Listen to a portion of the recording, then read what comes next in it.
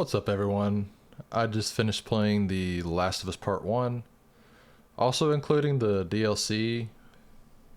It took me around 16 hours to go through it, but it was a really good experience. The story pretty much goes like this. The world goes to hell in a handbasket after a outbreak of a virus, and the world turns into an apocalyptic wasteland where resources are scarce, and we're just trying to survive against the infected and also other people trying to survive.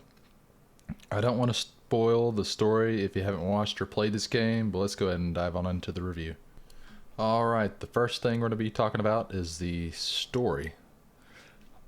Honestly, I really liked the story. It kept me on the edge of my seat, and I genuinely felt like I was a part of the world, and I was invested through the whole thing. So I'm going to give this a 10 for story. Alright, the next part we're going to be talking about is gameplay slash combat. The gameplay was really good. It worked well. Starting out was kind of rough, but that's because of the different enemies you had to deal with. Several of the infected, you mess up one time and you're like done. Also for like the combat slash controls, it was pretty smooth for the most part. The only thing that I kind of struggled with sometimes was the storage management, because you had to switch between a lot of guns. But aiming and stuff wasn't bad. Some weapons did take some time to get used to actually using.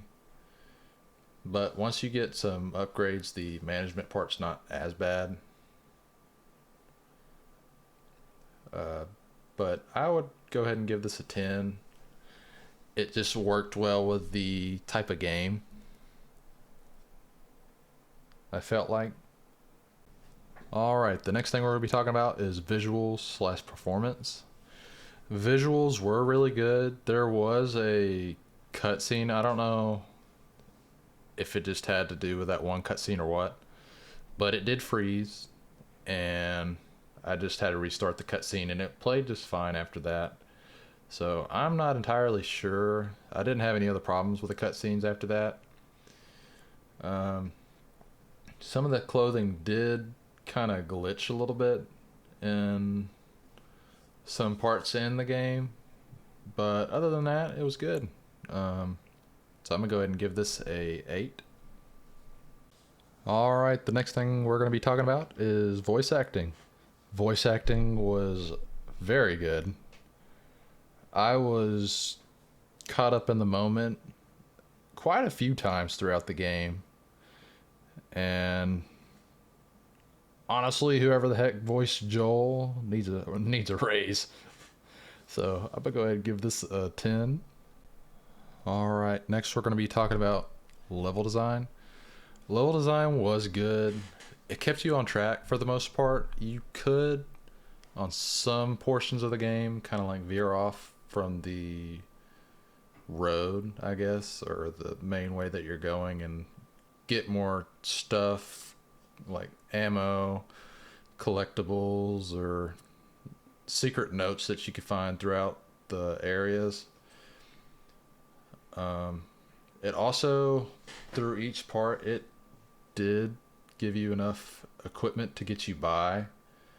A lot of times you didn't have a lot of extra ammo, but it did give you like craftables throughout the levels, or I guess scraps to pick up.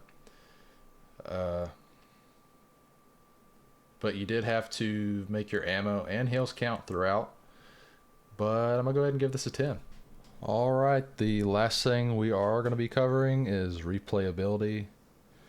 The replay is pretty high, especially if you want to get all the upgrades for the weapons, collectibles, or Heck, even if you wanted to try and speed run the game, I'm sure you can do that.